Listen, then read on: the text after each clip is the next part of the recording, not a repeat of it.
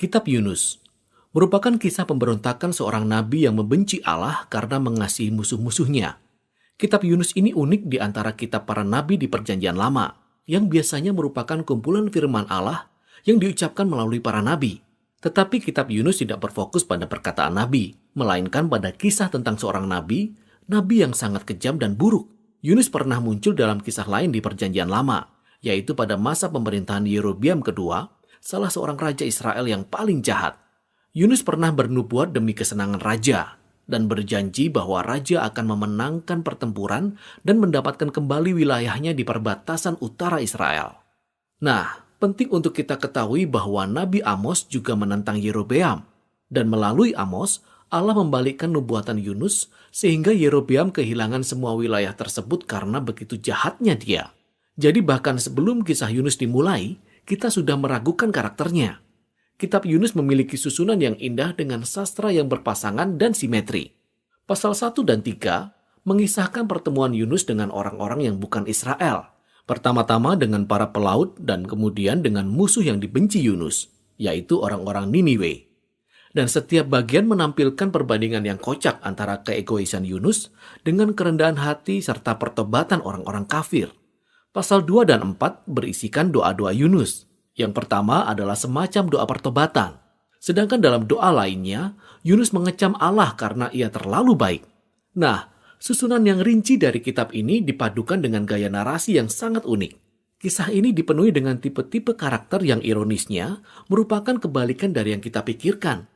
Jadi ada seorang nabi, hamba Allah, yang memberontak dan membenci Allahnya sendiri. Sedangkan para pelaut yang biasanya tidak bermoral, malahan memiliki hati yang lembut dan penuh pertobatan, dan mereka berpaling kepada Allah dalam kerendahan hati. Dan raja dari kerajaan yang paling kuat dan kejam di muka bumi ini malah merendahkan dirinya di hadapan Allah akibat khotbah Yunus yang hanya 5 kata. Bahkan lembu sapi milik raja pun bertobat. Kisah ini cocok dengan apa yang saat ini kita sebut sebagai satir atau sindiran, yang mengisahkan tentang tokoh-tokoh terkenal yang berada dalam keadaan ekstrim, dan dengan humor dan ironi, mereka mencela kebodohan dan kelemahan dalam karakter mereka. Mari kita pelajari lebih dalam, dan kita akan melihat bagaimana semua bagian ini dapat saling melengkapi. Kisah ini dimulai saat Allah memanggil Yunus dan menugaskannya untuk berseru melawan kejahatan dan ketidakadilan di Niniwe, ibu kota kerajaan Asyur, musuh bebuyutan Israel. Tetapi bukannya ia pergi ke timur, ke Niniwe, ia malah pergi ke arah yang berlawanan. Ia menemukan sebuah kapal yang akan pergi sejauh mungkin ke barat, ke Tarsis. Pertanyaan pentingnya adalah, mengapa? Mengapa Yunus melarikan diri? Apakah ia takut? Ataukah ia cuma tidak suka dengan orang Niniwe? Kita belum tahu. Jadi hamba Allah ini mencoba melarikan diri dari Allah dengan menaiki kapal yang penuh dengan pelaut-pelaut kafir. Ia turun ke bagian kapal paling bawah lalu tertidur dengan nyenyak. Maka Allah mengirimkan badai besar untuk membangunkan nabinya. Sementara ironisnya, para pelaut di atas kapal itu sepenuhnya terjaga dan sadar akan apa yang sedang terjadi. Mereka dapat melihat kuasa Allah yang sedang bekerja saat itu. Jadi mereka membuang undi dan mendapati bahwa Yunuslah penyebabnya. Jadi mereka meminta Yunus untuk memberikan penjelasan dan Yunus mengucapkan berbagai omong kosong tentang agama. Ia berkata, "Ya, aku seorang Ibrani dan aku menyembah Tuhan, Allah yang menjadikan lautan dan daratan." Lucu bukan? Apakah Yunus sedemikian bodohnya sehingga ia melarikan diri dari Allah yang menjadikan lautan dan daratan dengan naik kapal? Dan ketika para pelaut bertanya kepada Yunus, apa yang harus mereka lakukan? Ia berkata, "Campakkanlah aku ke dalam laut." Pada awalnya sih ini kelihatan sangat mulia, sampai kita menyadari bahwa sebenarnya ini merupakan tindakan Yunus yang paling egois. Iya, mana ada cara lain yang lebih baik untuk menghindar dari Niniwe. Jadi Yunus hendak membuat para pelaut yang tak bersalah ini bertanggung jawab atas kematiannya, dengan cara memaksa mereka agar membunuh dia. Tentu saja mereka enggan dan bahkan mereka bertobat kepada Allah selagi mereka melemparkan Yunus ke laut. Badai pun mereda dan mereka menjadi sangat takut kepada Allah Israel dan mereka sungguh-sungguh menyembah Allah. Tidak seperti Yunus. Namun Allah menggagalkan rencana Yunus untuk melarikan diri dari Niniwe. Selagi Yunus tenggelam, Allah menyiapkan sebuah kuburan yang aneh dan basah untuk dia. Perut seekor ikan besar. Nah, tentu saja dalam keadaan normal Yunus pasti mati. Tetapi dalam kisah ini, semuanya menjadi serba terbalik. Kematian Yunus di dalam air menjadi jalan agar ia hidup kembali. Selagi terjepit di dalam perut ikan, Yunus memanjatkan doanya. Tetapi pada dasarnya ia tidak pernah menyatakan penyesalannya. Meskipun demikian, ia tetap bersyukur kepada Allah yang tidak meninggalkan dia, dan ia berjanji bahwa sejak saat itu ia akan mentaati Allah apapun yang terjadi. Dan Allah menanggapinya dengan kocak. Ikan paus itu memuntahkan Yunus kembali ke daratan.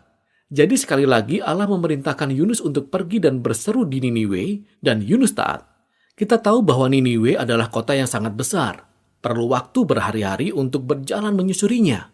Maka masuklah Yunus ke dalam kota itu sejauh 1 hari perjalanan, dan inilah pesannya.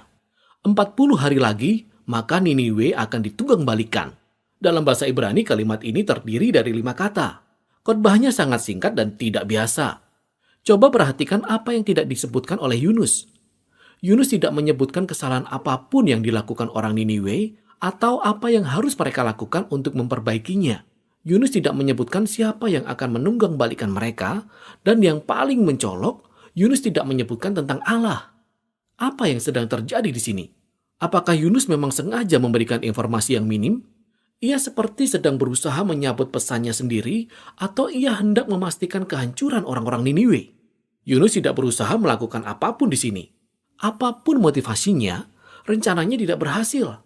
Karena tidak lama setelah ia mengucapkan khotbah yang hanya 5 kata ini, Raja Niniwe dan seluruh kota, termasuk semua lembu sapinya, bertobat dalam duka dan duduk di atas abu. Jadi untuk kedua kalinya para penyembah berhala yang jahat ini menunjukkan bahwa mereka lebih tanggap daripada Nabi Allah sendiri. Akhirnya Allah mengampuni orang-orang Niniwe dan ia tidak jadi menghancurkan kota ini. Nah, inilah bagian yang luar biasa dari kisah ini. Kata terakhir dari khotbah singkat Yunus, ditunggang balikan, artinya sama dengan dijungkir balikan. Kata ini bisa berarti kota Niniwe akan dijungkir balikan atau dihancurkan, seperti Sodom dan Gomora. Tetapi bisa juga mengacu pada suatu perubahan seperti sedang dibalikkan dan diubah menjadi sebaliknya. Dan lucunya, kata-kata Yunus benar-benar menjadi kenyataan, tapi tidak seperti yang ia inginkan. Niniwe memang dijungkir balikan, yaitu ketika musuh Yunus ini bertobat dan menemukan belas kasihan Allah. Pasal terakhir dalam kitab ini merangkum semua bagian ini. Yunus sangat marah, lalu ia mengucapkan doanya yang kedua. Pertama-tama dia memberitahu Allah mengapa ia melarikan diri pada pasal pertama. Bukan karena ia takut, melainkan karena ia tahu bahwa Allah begitu pengasih dan penyayang. Luar biasanya, Yunus sebenarnya mengutip gambaran Allah tentang dirinya sendiri dari kitab Keluaran, lalu ia melontarkannya kembali ke hadapan Allah sebagai suatu penghinaan. Ia tahu bahwa Allah itu penuh belas kasihan, dan bagaimanapun juga ia akan mengampuni orang-orang Niniwe yang jahat ini. Kita bisa merasakan kemarahan dalam perkataan Yunus. Yunus kemudian menyudahi percakapan itu dan ia berdoa agar Allah mencabut nyawanya saat itu juga. Ia lebih baik mati daripada hidup dengan Allah yang mengampuni musuh-musuhnya. Yunus beruntung karena Allah tidak menurutinya. Allah hanya bertanya apakah layak Yunus marah kepada Allah. Yunus mengabaikan pertanyaan Allah dan ia pergi keluar kota untuk berkemah di bukit terdekat. Menunggu apa yang akan terjadi pada kota itu. Bisa saja orang Niniwe bertobat tetapi tetap dihukum Allah.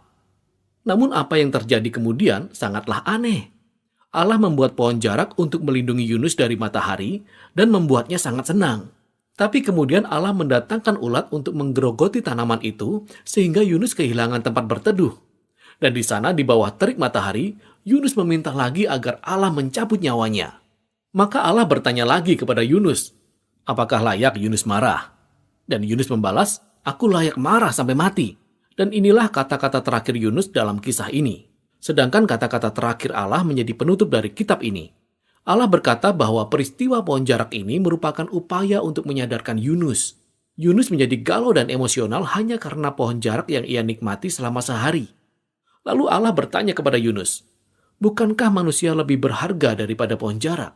Bukankah layak jika Allah merasakan emosi dan kegalauan yang sama terhadap kota Niniwe, yang dipenuhi oleh ribuan orang yang tersesat, termasuk lembu sapi mereka? Demikianlah akhir dari kitab ini, di mana Allah meminta Yunus mengizinkannya untuk menunjukkan belas kasihannya kepada musuh-musuhnya. Dan apa jawaban Yunus? Jawabannya tidak tertulis dalam kisah ini karena bukan itu intinya. Intinya adalah kitab ini sedang berusaha mencobai kita, Dan pertanyaan-pertanyaan Allah di sini sebenarnya ditujukan kepada kita, para pembaca. Apakah kita bisa menerima jika Allah mengasihi musuh-musuh kita? Jadi kitab ini menjadi cermin bagi kita yang membacanya. Kitab Yunus menyoroti bagian terburuk dari karakter kita. Kita seharusnya memiliki kerendahan hati dan rasa syukur karena Allah mengasihi musuh-musuhnya dan sabar menghadapi Yunus yang ada dalam diri kita semua. Jadi kisah yang tidak biasa ini justru menjadi kabar baik tentang betapa luasnya kemurahan Allah yang seharusnya menantang hingga ke kedalaman hati kita. Demikianlah kitab Yunus.